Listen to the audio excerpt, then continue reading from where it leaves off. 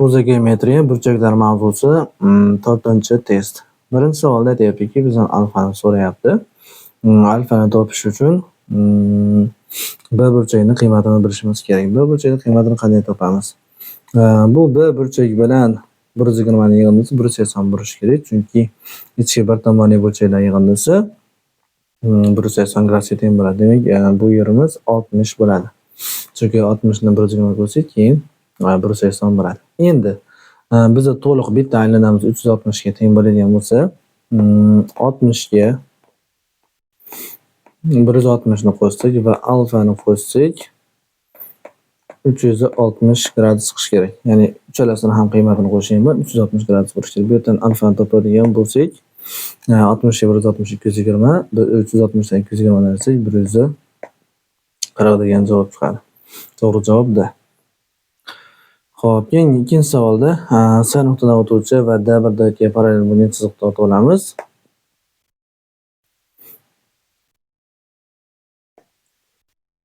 Xo'p, mana joylashtirib oldik. Endi biz alfani topish imkoniyati bor. Xo'p, demak, bu yerdagi burchagimiz 150 bilan ichki bir tomonli bo'layotgani uchun buni qiymati 30 bo'ladi. Bu burchagimiz 40 bilan ichki bir tomonli bo'layotgani uchun bu yerimiz 140 bo'ladi. Ya'ni qo'shsak 180 chiqish kerak. Endi 30 alfa va 140 ning yig'indisi 180 gradusga teng bo'ladi. Bundan alfani topsak bo'ladi. Ya'ni alfani qiymati 30 ga 140 ni qo'shsam 170, 180 dan ayirib ko'rsak 10 qoladi. Demak, to'g'ri javob A javobda. Keyingisi, bunda ham xuddi shunday C nuqtadan o'tadigan D1dagi parallel chiziqni o'tkazib olamiz. O'tkazib oldik. Endi ichki almashinuvchi burchaklar o'zaro teng degan qoidadan foydalansak bo'ladi. Ichki almashinuvchi burchaklar qaysilar? Bu burchak bilan bu burchagimiz ichki almashinuvchi burchaklar. Ikkalasi ham bir xil. Ya'ni bu yer 3x + 35 bo'lyapti, bu yer ham 3x + 35 bo'lyapti. Ikkita x bo'layotgan bo'lsa, bu yerga bitta x qolyapti va 35 qolyapti. Endi bizda bu burchagimiz bilan bu burchagimiz ichki bir tomonli bo'layotgani uchun bularning yig'indisi 180 bo'lishi kerak. Demak, x + 75 x + 75 qo'shilgan x + 35 nimaga teng bo'lishi kerak? 180 ga. Ikkita x bo'lyapti. Xo'p, 35 bilan 75 ni qo'shadigan bo'lsak 110 bo'ladi. 180 dan ayirсам 70. 70 ni 2 ga bo'lsak x teng 35. 35 degan javob D javobda turibdi. To'g'ri javob D. Keyingisi 4-inchisi. Bunda ham C nuqtadan o'tadigan va D1dagi parallel bo'lgan to'g'risiga o'tkazib olamiz. Xo'p, to'g'risiga o'tkazib oldik. Endi xo'p, bu yerda B burchagimiz bilan C burchagimiz ichki bir tomonli burchaklar bo'ladi va bularning yig'indisi nechaga teng bo'lishi kerak? 180 gradusga teng bo'lishi kerak. Bu yerda noma'lum burchakni x deb olsak, pastdagi to'liq burchagimiz x + 20 bo'ladi. Tepadagi to'liq burchagimiz 42 ga 58 qo'shsak 100 bo'ladi va bularning umumiy yig'indisi 180 bo'lishi kerak. Bu yerdan x ni topadigan bo'lsak, 120 120, 180 dan ayirsak 60. X ni qiymati 60. Endi bu yerda x bilan alfa ichki bir tomonli burchaklar bo'layotgani uchun bularning yig'indisi 180 gradusga teng. X'imiz 60 bo'lsa, alfamiz nima bo'ladi? O'z-o'zidan 120 ga teng bo'ladi. To'g'ri javob C. Keyingisi 5-savol. Noma'lum burchaklarni belgilab olamiz birinchi o'rinda. Noma'lum burchagimiz bu yerimiz x, bu yerimiz ham x bo'ladi. Endi 140 ning qo'shnisi 40 gradus bo'ladi. Endi ichki almashinuvchi burchaklar o'zaro teng degan qoidadan foydalansak, bu burchagimiz 40 bo'lsa, x ning qiymati ham necha bo'ladi? 40 ga teng bo'ladi. Demak, bu yerimiz ham 40. Endi yana bitta qoidamiz bor edi. Chap tomondagi burchaklar yig'indisi o'ng tomondagi burchaklar yig'indisiga teng. Ya'ni bizning chap tarafimizda alfa bor, Alfa nimaga teng? Bu burchak bilan bu burchakning yig'indisi, ya'ni 20 bilan 80 ning yig'indisi, ya'ni 100 ga teng.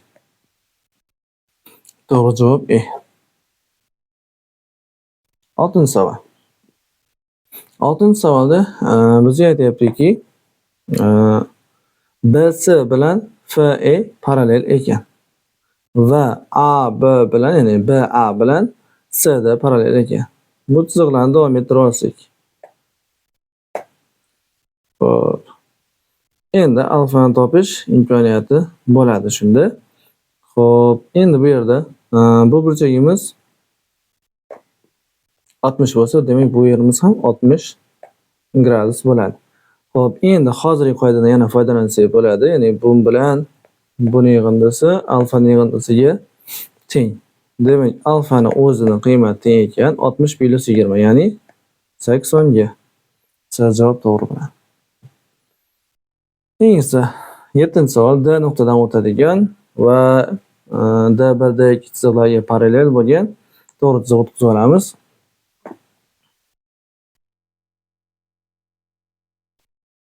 To'g'ri chiziq o'tkazdik. Endi bu yerda bu burchagimizni x deb turamiz. Bu burchagimiz 90 gradus bo'lishi aniq. Endi bu yerdan x plus alfa teng 90 degan tenglik hosil qilsak bo'ladi va hozirgi qoidadan foydalanamiz. Ya'ni chap tarafdagi burchaklar yig'indisi o'rtadagi burchak yig'indisiga teng, ya'ni o'ng tarafdagi burchak yig'indisi chap tarafdagi burchak yig'indisiga teng degan qoidadan foydalansak, 30 ga x ni qo'shsam 80 chiqishi kerak. Demak, x ning qiymati necha bo'ladi? 50 bo'ladi. Chunki 30 ga 50 ni qo'shsak, keyin 80 ga aylanadi. Endi bu yerdan tenglikdagi x o'rniga 50 ni olib borib qo'ysak, alfamizning qiymati, hop, 90 dan 50 ni ayirsak 40 ga teng bo'ladi. To'g'ri javob B. Keyingisi 8. 8da bizda qoida bor edi. Ichiga bir tomonli ikkita burchak bo'lsa 180 gradus, 3 ta bo'lsa 360 gradus, 4 ta bo'lsa 540 va hokazo 180 dan ortib ketishi kerak edi. Demak, hozir bizda 4 ta burchak bor. Ya'ni bu burchak alfa, yana bitta alfa va 140 gradus. Xo'p, yuqoridagi burchagimiz qiymatini topishimiz mumkin. Bu 150 bo'ladi, chunki qo'shnisi 30 bo'lyapti. Endi bizda tenglik hosil qilishimiz mumkin. Qanday tenglik? 150 qo'shilgan 2 ta alfa, 2 ta alfa qo'shilgan 140. Natijada 540 gradus chiqishi kerak. Xo'p, demak bu yerdan alfani o'zining qiymatini topadigan bo'lsak, 2 ta alfa teng 150 ga 140 qo'shsak 290 bo'ladi. 290 da 540 dan ayirsak 250 bo'ladi. Endi bu yerdan alfani qiymatini topadigan bo'lsak, 252 ga bo'lsak 125 chiqadi. Bunaqa javob B javobda turibdi. Keyingisi 9-savol. 9-savolda D1, D2, D3 o'zaro parallel ekan. Bizdan topishimiz kerak bo'lgan burchak A, B, E, ya'ni alfa burchagimizni topishni talab etilyapti. Bu yerda belgilanmagan burchaklarni belgilab olishimiz kerak. Ya'ni bu burchagimiz x, bu burchagimiz x. Xo'p, hozirgi qoidadan foydalanib x ning qiymatini topishimiz mumkin ekan. Qanday qilib? Xo'p, demak bu yerda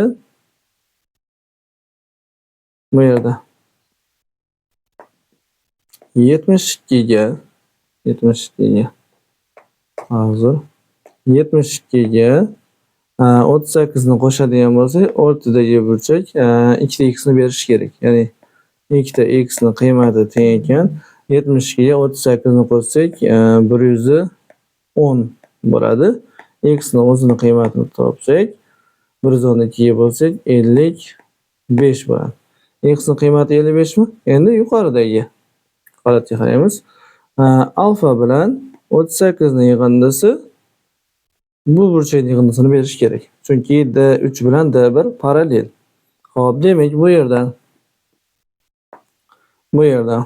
nima kelib chiqadi? X ning qiymati teng ekan. Alfa qo'shilgan 38. Bizda x ning qiymati bor 55. Xo'p, bu yerdan alfani topadigan bo'lsak, alfa teng 55 ayrilgan 38. Buni qiymati 55 dan 38 ni ayirsak 17 bo'ladi. 17 S javobi turibdi. To'g'ri javob S. 10 savolimiz. 10 savolimizda S nuqtadan o'tadigan va D1 D2 ga parallel bo'lgan chiziq o'tkazamiz. Xo'p, endi hozirgi qoidadan menimcha foydalansak bo'ladi. Ya'ni umumiy barcha qoidalardan foydalanishga harakat qilamiz. Demak, bizni topishimiz mumkin bo'lgan burchagimiz. Bu burchakni topishimiz mumkin. 60 bilan bu burchakning yig'indisi 180 bo'lishi kerak. Demak, bu yerda yig'indisi bu yerda o'zining qiymati 120 ga teng. Chunki ikkalasini qo'shsam 180 bo'lishi kerak. Endi 120 ga 10 ni qo'shsam 130, bu yoyiq burchak bo'lgani uchun bu yerga necha qoladi? 50 ga ortib qoladi. Endi bu burchagimiz bilan alfani qiymati 100 ga teng bo'lishi kerak. Endi qo'shsak alfa plus 50 teng nechaga? 100 ga. Alfani o'zining qiymati 50 ga teng bo'lib qoladi. Demak, alfani qiymati 50. B javob. 11 savol. 11 savolimizda ham S nuqtadan o'tadigan va yuqoridagi D1, D2 va D3 ga parallel bo'lgan to'g'ri chiziq o'tkazib olamiz.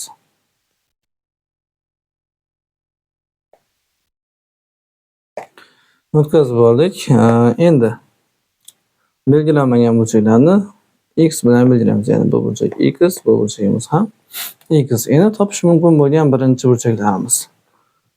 Xo'p, bu burchagimiz bilan bu burchagimiz bir tomonli ichki burchaklar bo'lganligi uchun bu yerda 100 bo'lsa, bu yerimizga necha qoladi? 80 qoladi.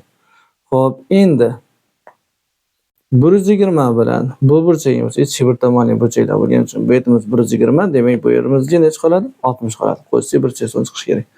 Endi 60 ga 80 va 2 ta x ni qo'shadigan bo'lsak, 180 chiqishi kerak.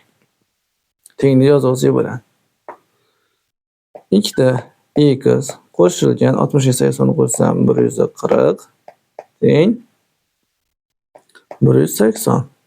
Bu yerdan x ni topadigan bo'lsak, xo'p, 180 dan 140 ayirsak 40, 42 ga bo'lsak x teng 20. Bizdan x ni qiymatini so'ramayapti, alfani so'rayapti.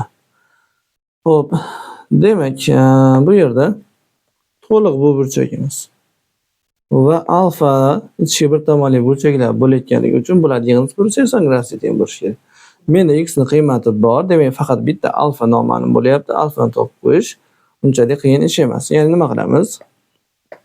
Alfa qo'shilgan 60 ga x ni qo'ysak, ya'ni x o'rniga 20 qo'ysak, 60 ga 20 80 bo'ladi. Bu 180 ga teng. Bu yerdan alfani o'zini topsam, 180 dan 80 ni ayirsam 100 bo'ladi. Demak, to'g'ri javob S javob. Keyingi savolimiz 12. Xo'p, 12 da pastda 7-2 to'g'ri chiziqni davom ettiramiz.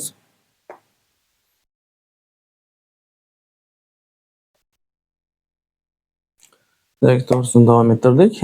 Endi bizdan alfa burchagini topish talab etilyapti. Bu joyimiz 270 bo'layotgan bo'lsa,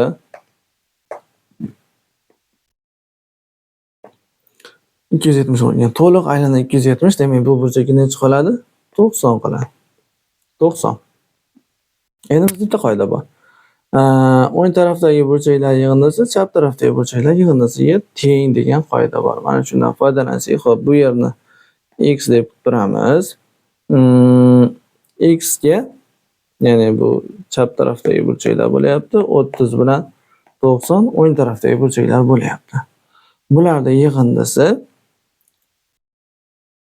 ya'ni x ga qo'shamiz. 70 ni teng ekan. 30 ga 90 ni qo'shsak 120. Bu yerdan x ni qiymatini topadigan bo'lsak, 120 dan 70 ni ayiradigan bo'lsak 50 kelib chiqadi. Endi x'imiz 50 bo'lsa, alfamiz unga qo'shni bo'lgan burchak 130 gradus bo'lib qoladi. 130 bir javobda turibdi. Keyingisi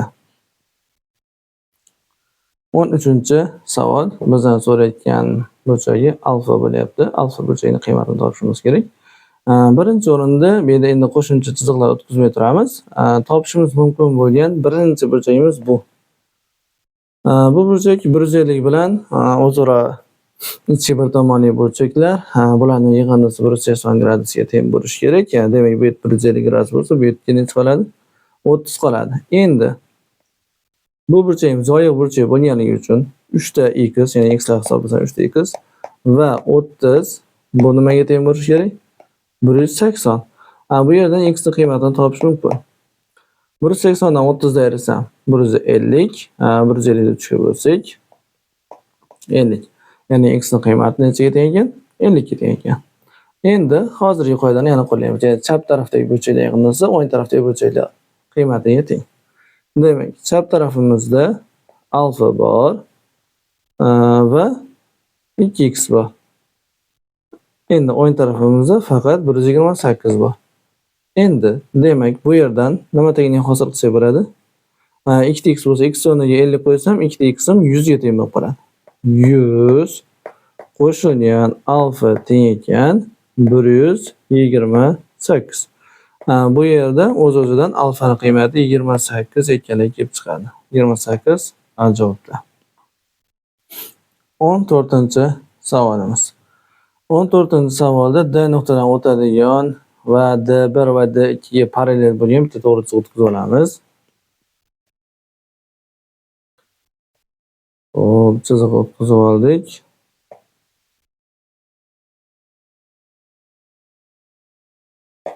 Endi bu yerdagi noma'lum burchakni x bilan belgilaymiz.